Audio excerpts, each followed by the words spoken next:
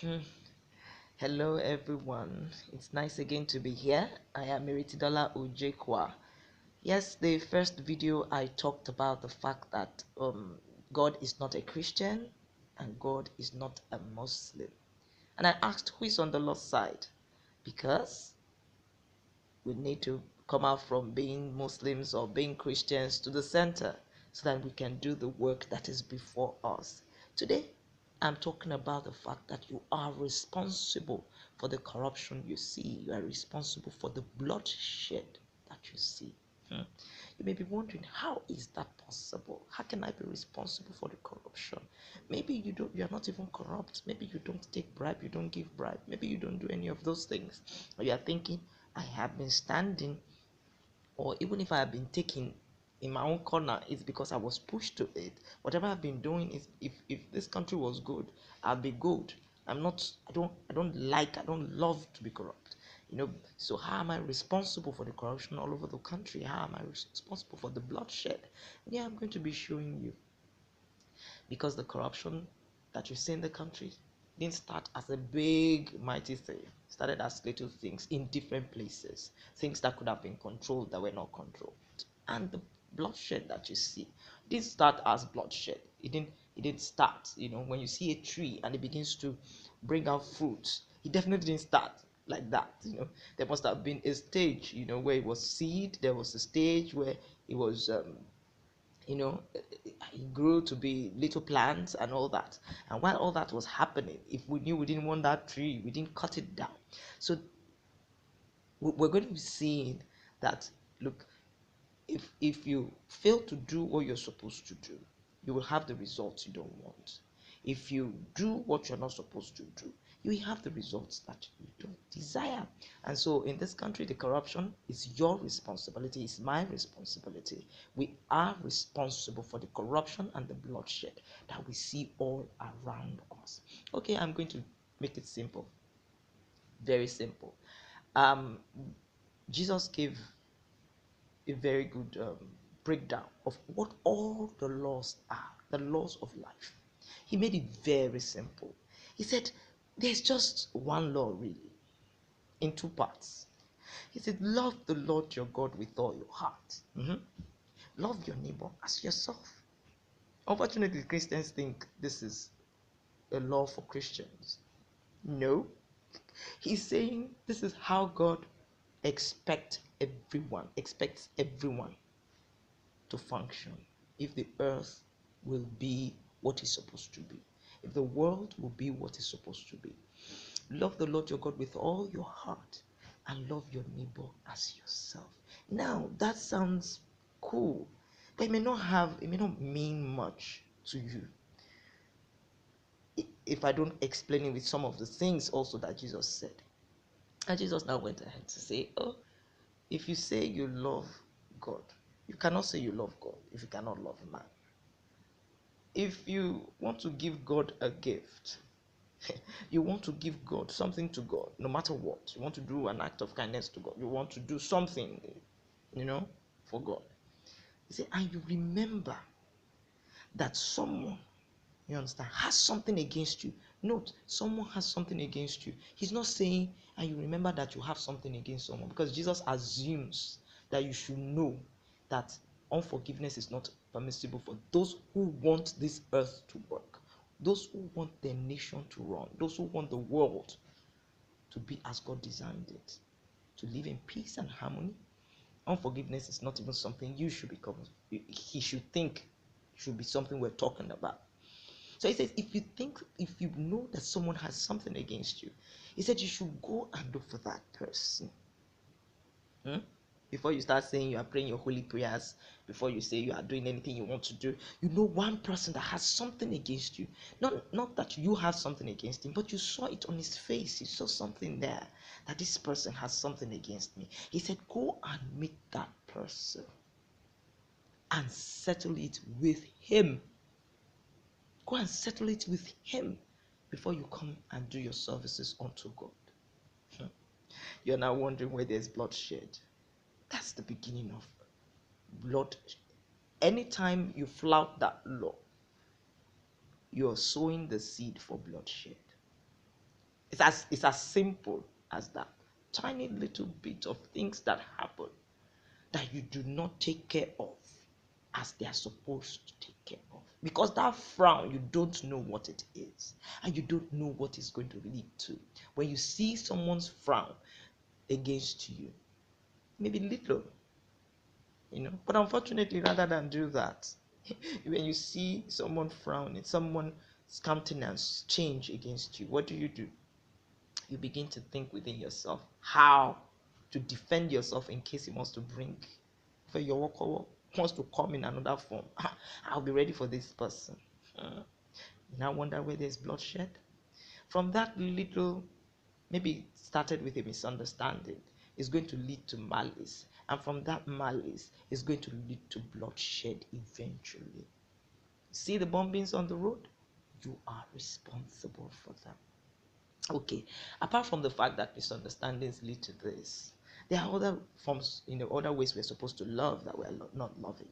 Jesus said, if when you come to me, what I'm going to use to judge you or gauge you, when you're through with all your works on earth, is, he said, when I was hungry, you did not feed me. When I was naked, you did not clothe me. I was in prison, you didn't visit me. And you're going to be asking, when were you in prison that I did not visit you? When were you naked that I did not clothe you? How could you have been hungry and I will not feed you? And he says, I'll tell you that in as much as you did not do it to the least of these brethren, to the least of these almajiris, to the least of these beggars on the street, to the least of those you see that are hungry, are sleeping hungry, they are in prison, they are in jail, they are in divorced homes and they are suffering, in as much as you did not do it to the least of these ones, you didn't do it unto me. You're wondering where the bloodshed is coming from. Because all the things that God tells us to do or not to do, they are not because he's somewhere and he wants some laws to be obeyed. It is for this world that you are in to function as it should function. And so he has already laid it down that how this world will function properly and give you lasting peace is by you loving. He says, love me. Yes, God is saying love him. You should love him. But he's telling you that you cannot love him if you cannot love this person you see on the streets. Oh God, Christianity can be funny.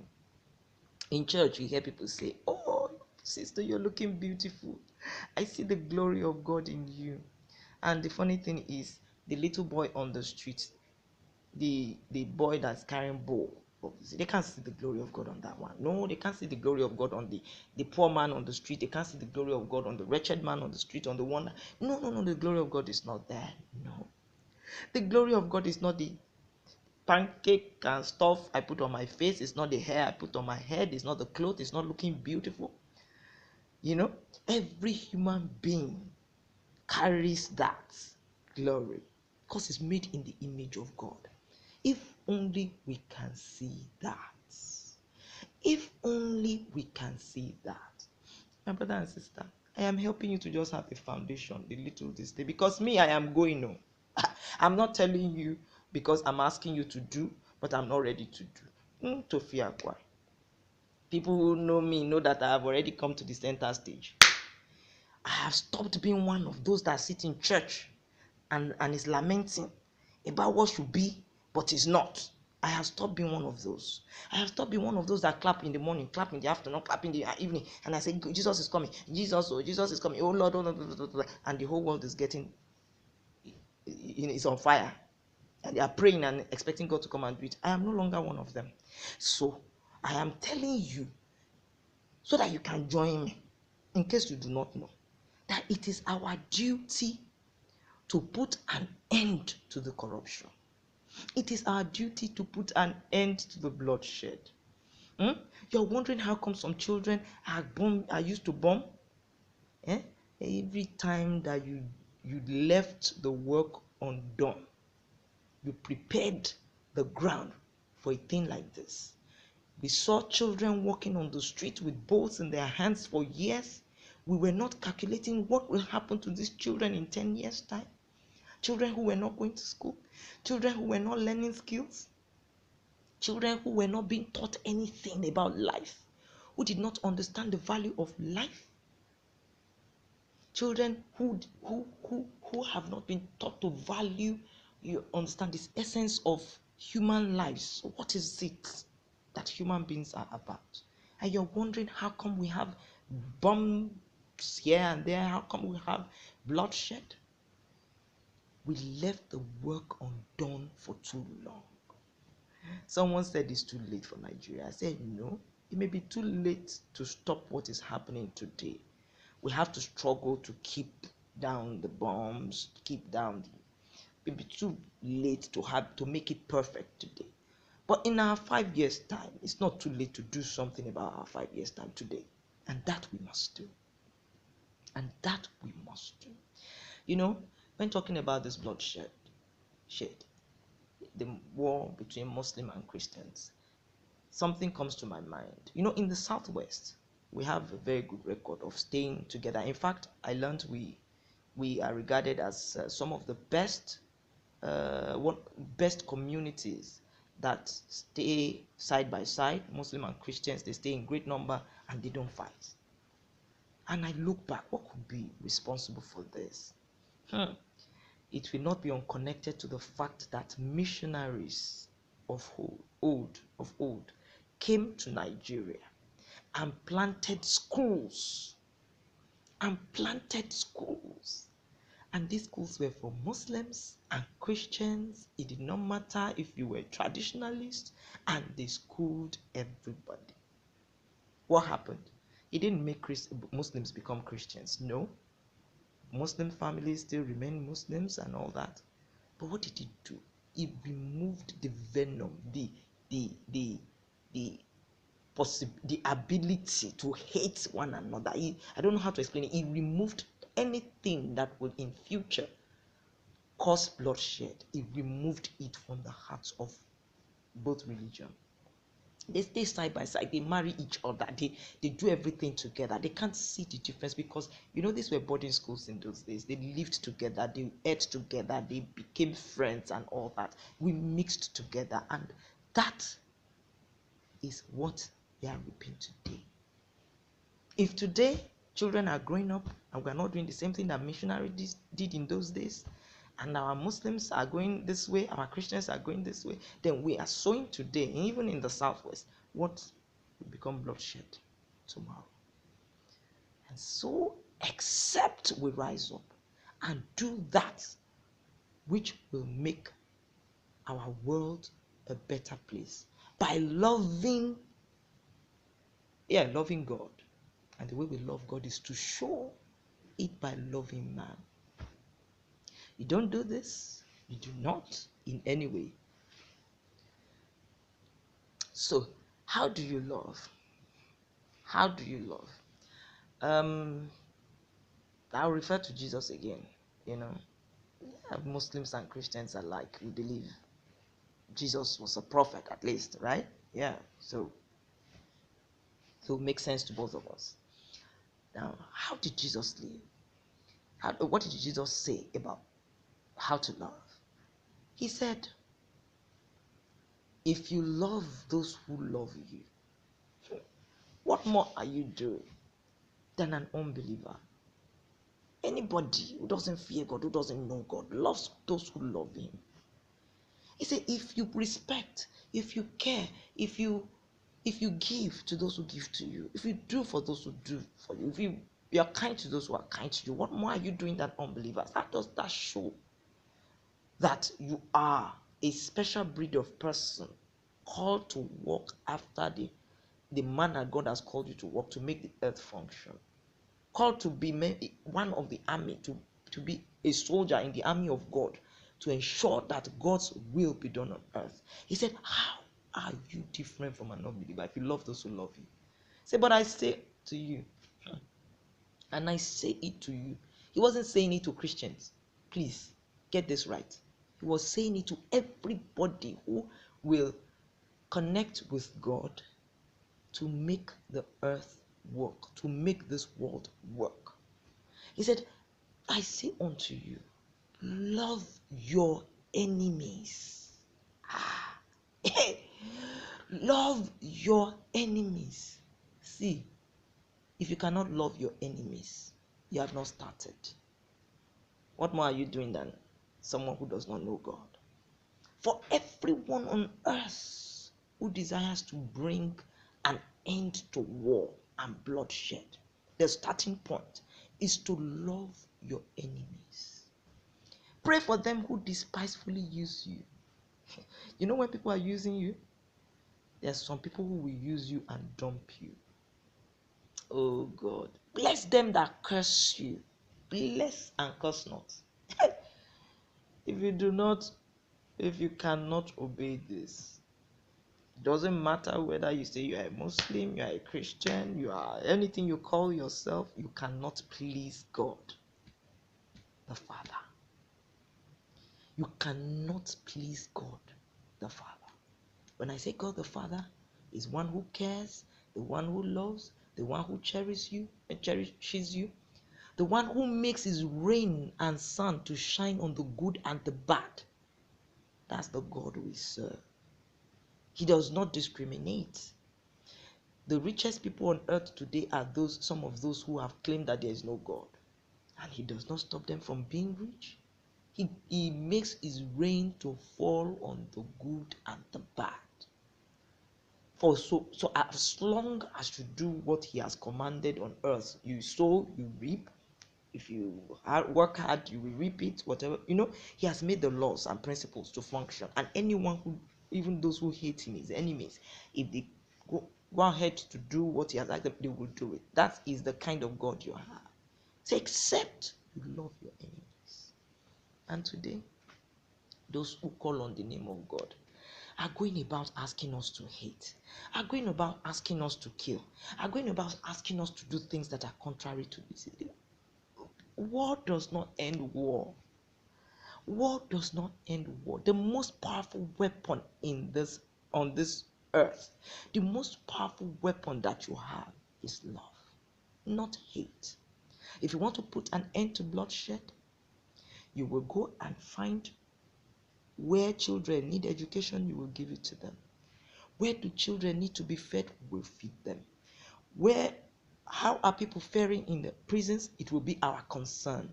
We will sit down and plan how things are going to go well with prisoners, because that's the breeding ground for all the bombers you are seeing, all the kidnappers you are seeing, everything you are seeing that is going wrong. Jesus is saying it is because you did not clothe me when you were supposed to clothe me.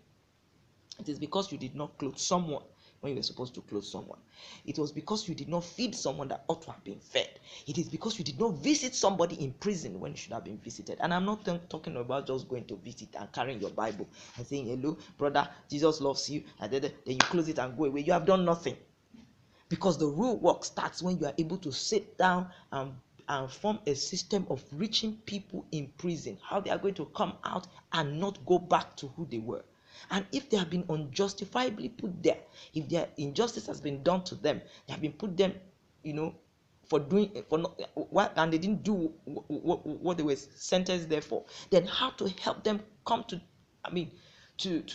forgive the society and still see that there is love. If you are not carrying love about, we're not going to be able to do this. I'm calling everyone to let's go on the street, but we're not going to go on the street to fight, to do 2 days riot, 3 days riot. I'm calling everybody to come out and let's go out side by side, shoulder to shoulder, and let's do this work together. But it's not going to be done by insulting one another, by throwing insults at Igbos, by saying it is the northerners that are our problem, by sowing hate and hate and hate and hate. It's not going to happen that way. It's only going to happen when you and I choose to love. The corruption outside there, the bloodshed outside there, they are our responsibilities, not the government. We are that government. Whatever we begin to do and do right now is going to be what will affect whatever government is in place. I hope I was able to pass my heart to you today. I still have many things to say, but I have to stop here. And next time I'll be coming again on this platform to say what is in my heart. Thank you very much for listening. Go out there and let's take our country back. Let's go out there and stop the bloodshed. Let's go out there and be responsible for all the ills of the society. We are the ones that are going to solve it. To solve it, we'll need a huge dose of love. And I know that it is going to happen. Nigeria is going to be great. I know it. I believe it. Nigeria is going to be great indeed. But it is only when you and I go on the streets and do the work of love. Thank you.